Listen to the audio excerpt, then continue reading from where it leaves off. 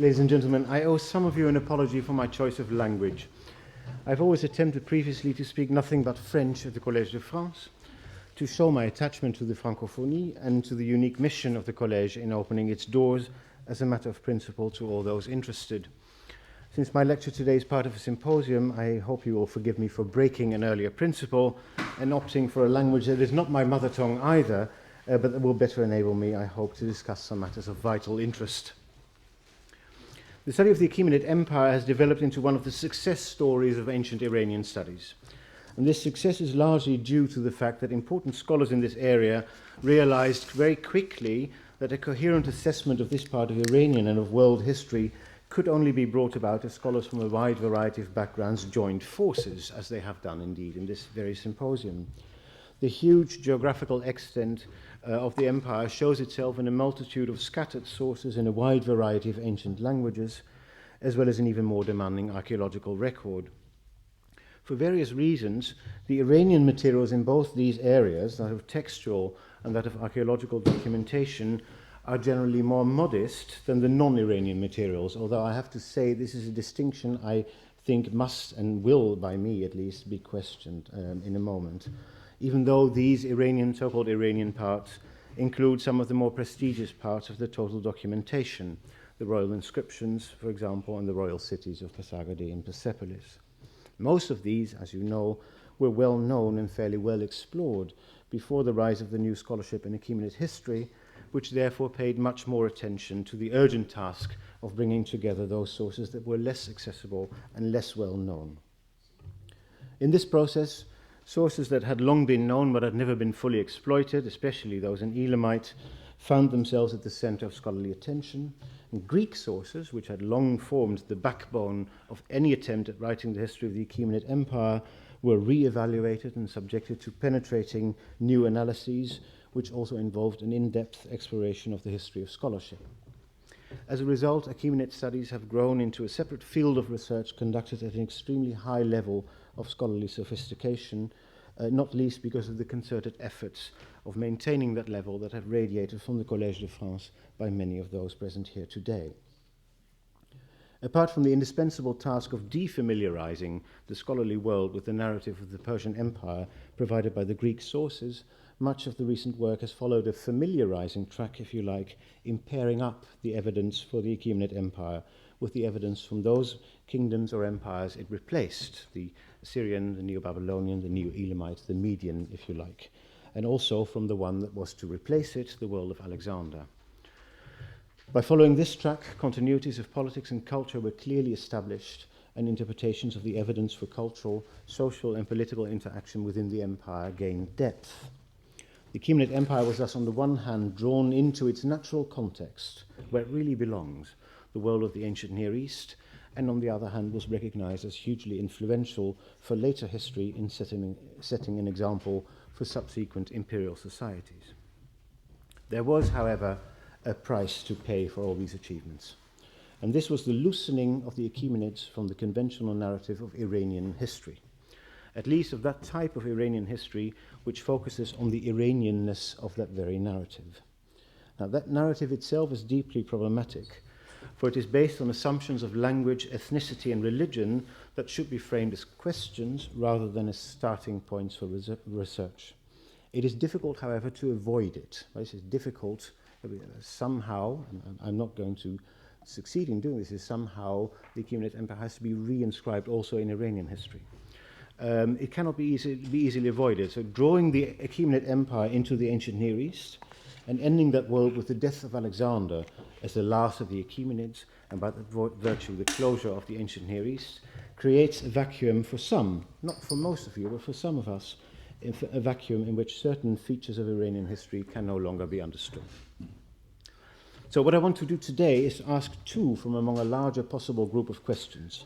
The first one is what constituted Iranianness, and especially the role of language in its construction, and the second one, what constituted Iranian religion. And quite apart from the practical difficulties involved in discussing these questions, and there are difficulties related to source material, to the availability of source material in a multitude of languages and a fairly difficult archaeological record, these questions, I'm going to argue, involve enormous problems of theorizing. even though they have most often been put on the table with very little discernible theory.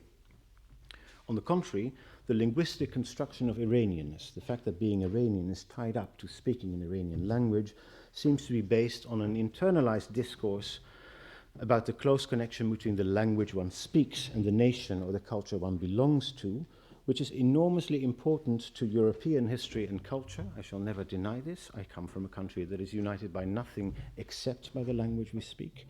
But the self-evidence or the naturalness of this connection has been contested with a wealth of very well-documented arguments by Sheldon Pollock. He has shown this with arguments that range from the charming, for example, the fact that the concept of a mother tongue is unknown from India. It's very natural to us. I even used it just now.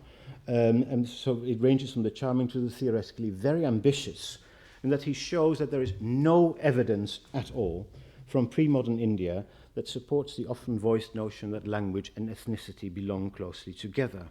Indeed, at the end of his massive study of Sanskrit, power and culture in pre-modern India, he suggests that ethnic identity itself may not even exist everywhere or always.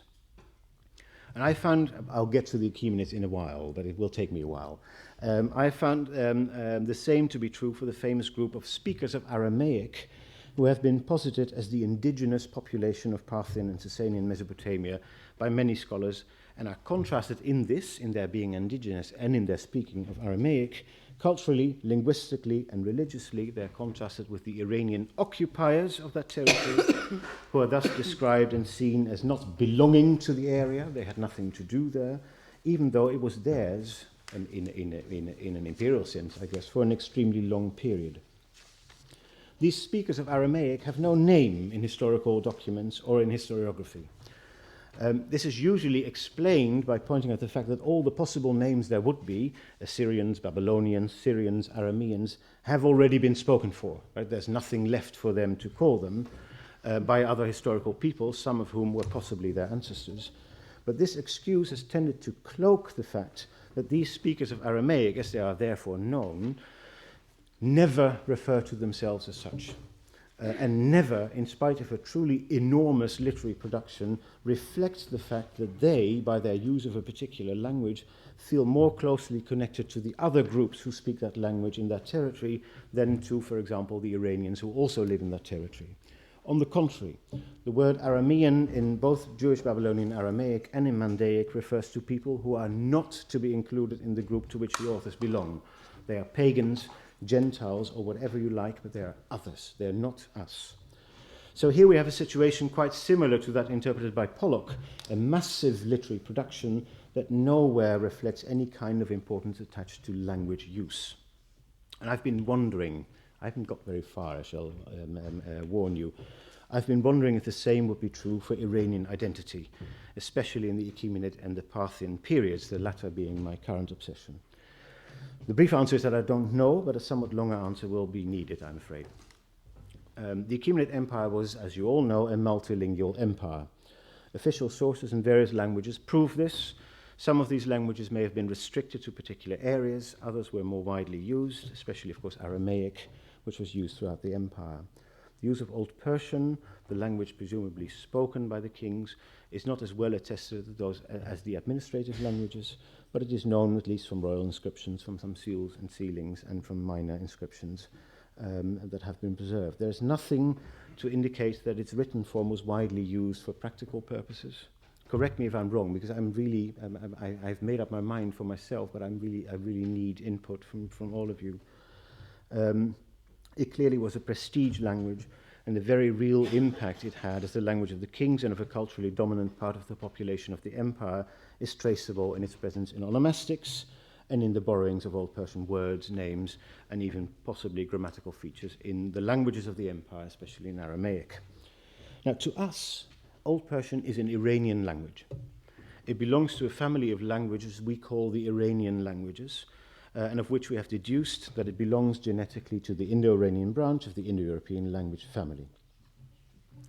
Its relations with Old Indian are closer than with the other branches of the Indo-European language family, and this linguistic fact, which cannot be disputed, has played an important role in the study of ancient Iranian languages from the late 18th century to the present. Scholars who study these languages, so linguists and philologists who have this particular branch of the Indo-European language family as a specialty, have discussed the relations between the various living and the documented Old and Middle Iranian languages extensively, and have generally concluded that with the exception of Southwest Iranian, which is the Persian branch, whose stages are connected through a process of linguistic development, there are no convincing or certain direct genetic links between the Old, the Middle, and the New Iranian languages. That is to say, Western has no Middle or New Iranian direct descendant. Sogdian, Bactrian, Parthian, Khotanese, or Khwarezmian, the other Middle Iranian languages, are not entirely connected to living languages that resemble them. There is no directly attested ancestor for Kurdish, etc. You know the problem. So we work with a large range of hypothetical languages, Old Parthian, Old Sogdian, Proto-Kurdish, whatever you want to call them, which must be assumed to explain the attested languages in their different periods. Again, whereas there will be discussion over individual cases, none of this is objectionable. I mean, for linguistic purposes, I see no problems here. What we don't know, however, is to what extent the cluster of languages we refer to as Iranian and we consider to be genetically related were perceived as such in any more period of Iranian history. And if so, to what extent this meant something. And asking these questions is asking the question of the relation between language, culture, and identity, a subject that seems to have been studiously avoided in much of the literature. In fact, the Iranianness of the speakers of Iranian languages has often simply been assumed as substantively there, as having spoken to them as much as it means something to us. And difficulties are caused here by a number of practical considerations. We don't have enough sources, but especially by a heart-rending lack of theoretical reflection. We can see this in the entry on the peoples of pre-Islamic Iran in the Encyclopedia Iranica, the most important reference work in the field. For rather than discussing the ethnic makeup of the pre-Islamic Iranian world, the author of that entry has made the pragmatic choice to restrict his interest to, you probably already guess it, the speakers of Iranian languages. Much of the evidence collected there is very valuable, but it is also something of a self-fulfilling prophecy, because the non-Iranian speakers have simply been bracketed out of existence. The Iranianness of these Iranian peoples is the point of departure, rather than something the sources suggest to us. The use of the own language for imperial purposes or any other language policy is not known in Iran before the Sasanian period. As a result, linking the Iranianness of Iranian culture to linguistic behavior becomes something of a wager. The main reason why scholars have felt confident to put their trust in this is the word Arya in Old Persian, which is attested 3 times in 3 different contexts, as well as abundantly, or more abundantly at least, in Old Persian onomastics. We do not have the time, and I do not have the competence to discuss this matter extensively. Others present here are certainly more competent to do so than I am. But just very briefly, first occurrence of the term is in the expression Arya Aryatissa, which Darius and Xerxes use occasionally or twice to explain who they are. A good case has been made, I believe, to see the context of the use of these words in a rising scale of inclusiveness, right, ranging from the family, from the direct ancestry to the family to the territory, a Persian, son of a Persian, to something, to the Aryan character collocation. And this suggests that the term Arya brought into focus an identity that transcended the Persian one and subsumed it in a broader category, but it is difficult to say which one that would be. And this difficulty is compounded by the other 2 passages that refer to the notion of Arya. In one of them, Darius' great inscription as Behistun, the word seems to refer to the language of the inscription, Old Persian, but this is not certain to me. I remember, when I was preparing this, I vaguely remembered reading, I think, an article by Lecoq, who interpreted everything completely differently, so I have to look it up. The other one is the famous Elamite gloss added to the name of Ara Mazda in 2 places of Darius' inscriptions, qualifying him as god of the Aryans, and thus perhaps giving it a religious connotation. Indeed, in later Iranian history, the word Ir, the descendant of Arya, comes to denote, among many other things, a Zoroastrian. And the distinction between an Iranian and in an ethnic sense, whatever that is, and a Zoroastrian in that period would not be entirely understood, for the 2 came to coalesce. The most perceptive work on all these questions I know of was written, I believe, by Guerra Rognoli and by Jean Kellens, who insisted on the connection between this old Persian usage of Arya and the Western usage of the same word, but it is fairly unclear to what the Western word itself refers. Kellens suggests reasonably, I think, that the old Persian word would recall in the minds of the hearers a connection with a particular mythical history, the history well known to us from later times through the Shahnameh, elements of which can be traced all the way back to the Avesta. Gnoli likewise made a connection between the meaningful stories of the Avesta and the use of Arya in Old Persian to suggest that the word evoked a religious/historical/ethnic cluster of associations. The question remains, however, in both cases, I think, whether this cluster was one into which people, regardless of the language they spoke, could inscribe themselves, or whether it was mysteriously tied up with the language people spoke. If evidence from later times is allowed to mean something, it is clear that the former case is the correct one. For the Armenians and the Iberians did precisely this. They inscribed themselves and their own heroes into that narrative, and they regarded it as theirs. I regard such a scenario, I have to confess, as far more likely than the one that seems to be held intuitively by many other scholars who appear to believe that words, names, stories, and meanings can somehow be inherited from times immemorial, indeed from the hypothetical time before the Indians and the Iranians became two distinctive peoples or language communities, which is what a reference to Indo-Iranian commonalities seems to suggest. And this brings us to the subject of religion, very much the same is in focus there. No subject has been more hotly contested, this is why I call it toxic. No subject has been more hotly contested than that of the religion of the Achaemenids. I have the greatest admiration, therefore, for the courage and perseverance of Jean Kellens and Wouter Henkelman in organizing this colloque and inviting me once more to this wonderful place. Asking the question of the religion of the Achaemenids is once more theoretically extremely difficult. As a matter of fact, we have no real theory of sameness or difference for religious traditions. That would allow us to decide the case. We literally do not know what we say, for example, when we say, as regularly happens, that Manichaeism is a branch of Christianity, whereas Islam is not. I see no difference in the two cases, but it has become sort of communis opinio that Manichaeism should be seen in the context of Christianity, but for Islam this has never been suggested, at least not by serious scholars. This difficulty of knowing what we actually say when we say religion X is actually religion Y is nowhere in sight if one reads the confidence with which earlier scholars have defended their for or against judgments on the Zoroastrianism of the kings. All of them, incidentally, seem to know quite exactly what Zoroastrianism was. Some of them, it is true, restrict their sources of information on this religion to the Avesta for chronological reasons, for good chronological reasons. Others are more encompassing and happily include the evidence from Middle Persian literature. Both, however, seem to feel confident that they can judge aspects of religious behavior in sources from the Achaemenid Empire on the basis of their reading of these religious sources. The only option the kings and their subjects in this period had, as a result, were to follow suit, or else we exclude them. Right? The notion that these kings or their subjects may indeed have been actively involved in shaping the religion, or reshaping it, if you like, has very rarely been entertained only, except for some minor technical details. And this is why I'm happy I'm following you, because I can skip the whole calendar. So here we have a fledgling dynasty, burning with ambition, successful beyond measure, that evidently made a number of very wise choices in structuring their new empire, something the world had not seen before, who relied in doing so on the examples of their more prestigious Mesopotamian and Elamite forerunners, but added something of their own to them, who thought about structure, about administration, about communication, about taxation, conscription, warfare, art and architecture, and so on and so forth. But when it comes to religion, the only option scholars have given them is to obey. Right? This is basically what we have been checking. Did they follow or did they not follow? And that situation is, for me, not just intuitively very unlikely.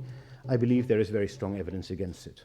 And very strong evidence indeed that shows that the Achaemenids played an important role in the shaping of Zoroastrianism, and that they played this role because they wanted to give their religion a shape that would unite the many peoples in their provinces who somehow belonged to it.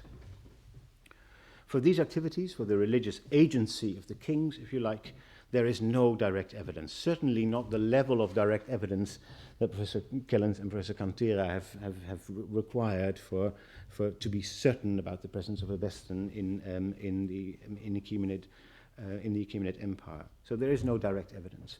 But the indirect evidence we have makes it rather difficult to escape this conclusion. And the reason scholars have only rarely reached it is, I think, a certain theoretical naivete when it comes to religion, or perhaps a personal dislike of it. If we want to discuss the history of Zoroastrianism in this period, we must attempt first and foremost to forget the Zoroastrianism we currently know. The Zoroastrianism that has survived is but a single strand from a much more complex fabric, and it is demonstrably of late Sasanian origin, and it comes from Persia. This is no problem for the Achaemenids, it's a problem for all kinds of other evidence. It would be anachronistic to use this version of the religion as a normative model for the Achaemenids, just as it is anatopistic, if you like, to use this Persian model to judge Central Asian materials. This is one thing. The other thing is we must make up our minds. Here I'm going to disagree probably with most of you. We have to make up our minds how we're going to account for the existence of the Avesta in its own languages, in 2 or even 3 different dialects. This existence can only be accounted for if we assume that the Avestan texts, frozen in rituals, most likely spread from the people by whom they had been composed to other peoples, who became convinced that it was important to them to use the Avestan language in their rituals. We do not know if they understood them, and we do not know how they used them in other than ritual contexts. But we know that they were there, because the Avesta is there, and the most economic reason for this is to assume that they came together with some other elements of Zoroastrianism that seem to reoccur wherever sources for it appear. A special position for fire, water, and the sun, some purity laws perhaps, and a fundamental story about Zarathustra, Ahura Mazda, and Vishtaspa. Now, we can debate endlessly on the question whether Ahura Mazda is a uniquely Zoroastrian god, and whether, therefore, the mere fact that he dominates some expressions of the Achaemenid pantheon qualifies the Achaemenids as Zoroastrians. I believe this to be the case, and I know I'm not the only one, but at the same time, I believe Wouter Henkelman is entirely correct in showing the problems this very assumption may cause once it is confronted with the very concrete evidence from the Persepolis tablets, which do not confirm that special role of Ahura Mazda, even though they do confirm his presence. This is not a uniquely Achaemenid problem. On the contrary, I believe that almost all recently discovered sources from the Iranian world and surrounding areas have yielded evidence for divine beings, for beliefs, for rituals that we did not know before and that we do not find in Middle Persian books or in living Zoroastrianism. And among them are varieties of this religion in which Ahura Mazda does not play an extremely dominant role. And these new finds suggest what we should all along have believed to have been the case, that there were many different localized versions of religion in Iran, all of which I would label as Zoroastrianism, but I would qualify this as it is a name, right? We shouldn't mix up names with things that really mean something. The surprise should never lie in the variety of Zoroastrianism. The really surprising thing, given its antiquity, and especially in comparison with the way its sister religion in India developed, lies in its remarkable uniformity. This is what we should explain. Now, earlier scholars believed they could explain this uniformity by positing Zoroaster as a good teacher of men, who had instilled his version of the religion in able teachers, had anchored it in rituals and festivals he had founded himself with that explicit purpose. Not much of this optimistic interpretation survives, I think, among current historians of Zoroastrianism, but whereas their rejection of this narrative may unite them, they still have to come up with a better one. I'm not pretending to have found that key, but certainly I believe that restoring some kind of agency to those dynasties that seem to have used religion as an instrument of empire, the Achaemenids and the Sasanians, will help overcome some of the problems. So I have been collecting evidence. Some of it may be new, I'm not quite sure. I've especially been rethinking suggestions made by others about traceable Achaemenid period and empire-wide developments in Zoroastrianism. That's basically, I've been trying to play the game that Antonio has played much more eloquently than me. There are certain developments in Zoroastrianism that are not suggested by the early sources, but that seem to have spread all over the Zoroastrian world and that took place in the Achaemenid period. Some of these have long been acknowledged, even though there are always problems. The Zoroastrian calendar, for example, is generally dated to this period for technical and for other reasons. And I should underline here that Mary Boyce was absolutely right, I think, when she continued to stress that the calendar was not developed for regular timekeeping, but to regulate and harmonize the festivals and other observances, as Antonio has explained to us. In spite of the disappointing archaeological record, something similar is still likely to be the case for the development of a temple cult of fire. Both the calendar and fire temples appear in the earliest Parthian sources we have from Nisa, and it is very unlikely that the Parthians were innovators in this respect. But I shall readily admit we have no, let's say, direct archaeological evidence. Finally, before we move to the examples, I really want to present briefly, there are priestly titles, the way the Magi enter the record, and the rise of the Magupati, later the Mobed, seem to point to the Achaemenid period as well. Apart from all of this, which is already considerable, there are two developments in, let us say, Zoroastrian theology, in ideas, and then finally there is the difficult matter of a being called Rapithwin, who from relative Western obscurity suddenly becomes a dying and rising god. And all of this in less than 5 minutes, so I'd better hurry up. Zoroastrianism, as we know it, knows but a single myth. The story of the origin, history, and final destiny of the world in terms of a battle between the two spirits, bound by a pact overseen by the god Mihr for a period of 9,000 years. This myth cannot be found in its entirety in the Avesta, even though one can recognize building blocks of it without difficulty. We can resist the temptation, some scholars usually feel, to attribute everything that is not Avestan to the Sasanian period in this case, because we have very firm evidence from Greek writers that shows that the system was in place in late Achaemenid times. It was known to certain Greek authors, and it was seen by them as a fair summary of the religion of the Persians, a religion, moreover, they connected with the name of Zoroaster. Since the myth includes what many scholars have perceived to be Babylonian views on cosmic time and history, it is likely that the systematic version of it indeed belongs to the context of the Achaemenid Empire. How it was organized we cannot know, but it must have been an organized undertaking which strongly suggests you can see that I do still work somehow in the with the works of Mary Boyce anyway, which strongly suggests the activities of court priests. Whether this is also the case for the second transformation is less certain. I owe this particular insight to Wouter Henkelman, and have only just a month ago noted Jan Tavernier has also studied it. It concerns the judgment of the soul after death. In Zoroastrianism as we know it, this judgment is carried out in front of the Chinwad bridge, which the soul must cross, and on which he will meet his own Dane, by a triad of judges, Mihr Srosh and Brashen the Just, who holds a pair of scales. They weigh the soul's good and evil thoughts, words and deeds, and their weighing conditions what is going to follow. These three gods do not perform this judgment in any Avestan source. On the contrary, there is no separate judgment in the Avesta. And in this case, this is not for a lack of evidence. This is not something that could have been found elsewhere, because there is quite a bit of evidence on the whole scenario. In the text we have, either the bridge itself carries out the judgment, or the result is simply made clear to the soul by his Daina. Martin Schwartz has suggested that the weighing scene has an Egyptian background, so he also locates it in the Achaemenid period.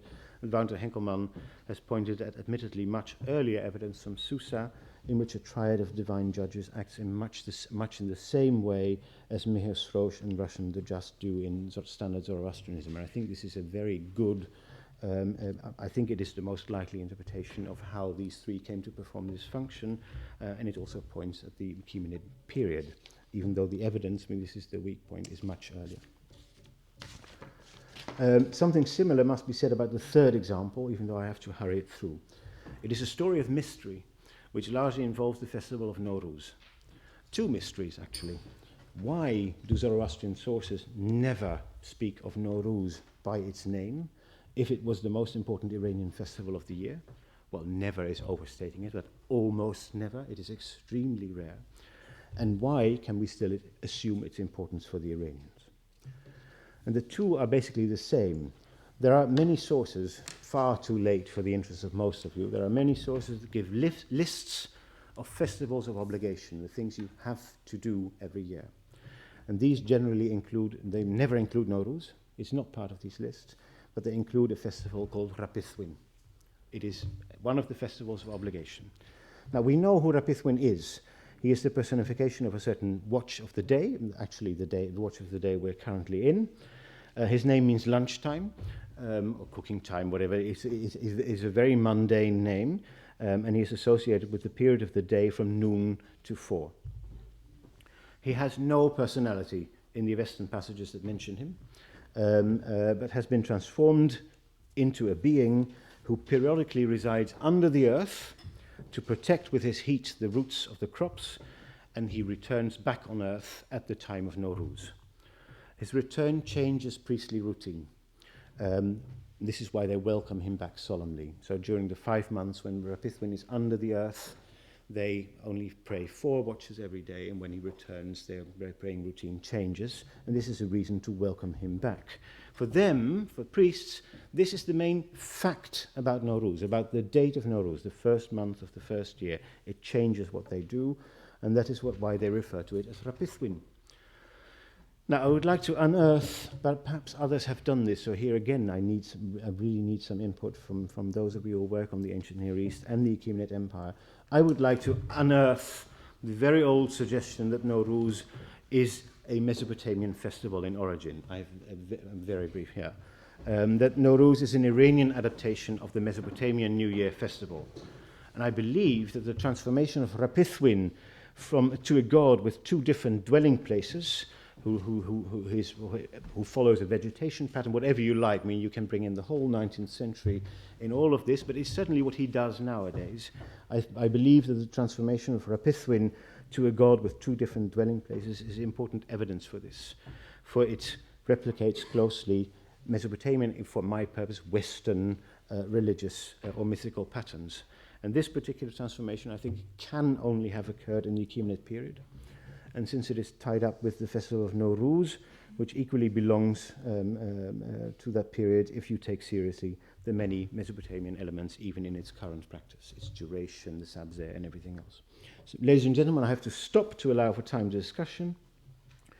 The very preliminary written version of my paper, very preliminary, I should stress, has been prefaced with famous words by the paleontologist Stephen Jay Gould. And he says, "The greatest impediment to scientific innovation is usually a conceptual lock, not a factual lack."